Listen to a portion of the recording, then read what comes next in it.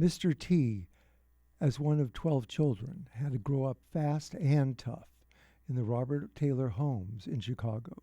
They rivaled or surpassed the Cabrini Green for violence and neglect. Yet, Mr. T excelled and found a way out. Playing football for Dunbar High, he earned a scholarship to Prairie View A&M, which then led to the Green Bay Packers drafting him. In addition to a World Wrestling Championship, he had starring roles on the A-Team in Rocky III. But the books he talks about here are all about giving back and showing the way for kids like himself who grew up poor to hold their heads up and excel. Decided to come out with the books because they needed a positive image nowadays, especially for kids, because kids don't have positive images. You know, the ones that they thought that was positive turned out to be on drugs or drinking or leading kids down the wrong path. I try to practice what I preach, and that's why I'm so controversial. You know, a lot of them didn't come up like I did. I come up on welfare, family of 12. A lot of guys, black guys, they get to Hollywood. I mean, they want to become white. They want to become something that they're not. They figure that'll help them get the parts. You know, I don't do degrading parts. I don't have to hang out in certain parties so I can get a part. Let's take this here, the Be Somebody kid. He's a kid, he figured he was low on self-esteem. He figured, you know, people didn't like him and things like that. And this talks about the fact where I wear mismatched socks. I had my combat boots on this morning. They belong to my father. You know, I used to wear them. It keeps me humble. So the reason why I wear mismatched socks is because a lot of poor kids who don't have matched socks, and other kids have a tendency to laugh at them, you know, because they're poor. So, but then when the kids see Mr. T wearing the mismatched socks, that takes away the hurt from their child can go to school. 'Cause a lot of parents have taken their kids out of school because they don't want their kids to be laughed at and humiliated. So like I tell other people, while you're laughing at me, I'm gonna be going to the bank, you know. So, you know, but it takes a strong man to do the things I'm doing. You know, take the ridicule. When I first cut my hair the way, people used to laugh. They used to laugh at everything. They don't laugh no more, you know. So that's one part. And then the book about the hand-me-down cap, right here. When the kid was feeling bad because he had a cap that was beat up, and I showed him my boots, you know. So and what I try to do with the kids, because like I said, they do see me as a bigger than life image, and they listen to me. So I'm not saying I can save all the kids in the world, but if I save some, if I got a kid off of drugs, off the corner, back in school, back to loving his parent, you know, that book was a success to me. Success, sort of a personal thing that you feel in yourself before somebody out there recognizes you? Well, I knew I was successful when I was born. See, success, different people, success is determined by different ways. Some people figure success is by having a lot of girlfriends. Some people figure success is about having a lot of money. That's not success to me. Success is being healthy and helping others. I feed the hungry. I try to clothe the naked. I visit the sick. That's what success is to me. Not how much money I make. You know, 'cause a lot of people got a lot of money, but they're void and empty inside. They're very insecure and very lonely. I see it every day in Hollywood. Why do you think they use drugs? They trying to, like I was telling some parents this morning, but I was serious. It wouldn't hurt some of the parents to read these books. Really. See, a lot of times we get caught up because we got a degree from Harvard. We think this book is too small for us or whatnot. But that's the problem. You know, I would like to think that, you know, the youngest on up from, you know, right out of the womb. I say that because, you know, a lady told me, she said a child was just 8 years old, eight months old, and was trying to say T. So I say there's something spiritual about the touch I have with children. I said it before and I said it again, the reason why I have so much rapport with kids because kids don't see color. They don't know racial prejudice and hatred. And I said that I don't believe there's a child in the world that hate Mr. T. If you do, it's because his parent tell him. When kids come up, they say, "We love you, Mr. T." That's coming from their heart. Or an adult might come along and say, "Nice going, Mr. T." Not whether it's the book that sold 10 million copies. But I'm looking for the results where I see a kid say, "Well, I read it, I like what you said, I was a little lost, but I understand. I keep it with me all the time, I keep on reading it." That means more to me than never makes a lot of money. We turn down more offers than the average guy get because I'm a man of principle. I'm blessed by God, so therefore I don't have to be running around trying to impress somebody. If you don't like me, you got the problem.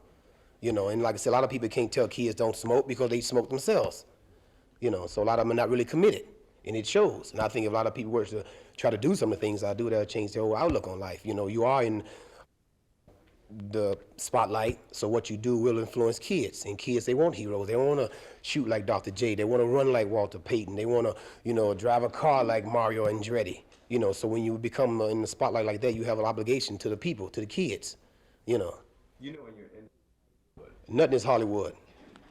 Only the A-team is Hollywood. Everything else is me. Everything I do it reflects me. If I'm very careful of what I do. When I do a movie, the roles I play. Matter of fact, when I played Clubber Lang in Rocky III, that was me. The names was changed. I was hungry. I wanted the title. I wanted to get out the ghetto. The toughest man in the world as a teacher in the CBS Movie of the Week. I was a teacher for school like on the South Side. That was me, taken from my life story. Everything I do, the character I play on the 18, didn't want to really get on it, but I'm saying, because I'm a serious-minded person, I don't like to joke around. I do what I have to do. I like kids. I'm not too fond of adults because they kind of phony, you know. But that's me. I just call it the way I see it.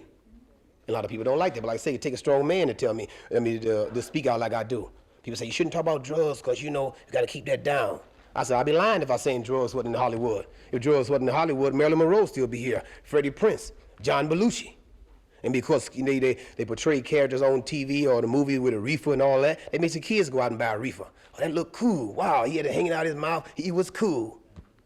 But I'm honored that kids come around and see me and say, wow, you strong, Mr. T. I tell them my strength do not come in my biceps and my triceps. I'm thankful to God to be healthy. But my strength comes in that I can say no to drugs. I can say no to the wrong crowd.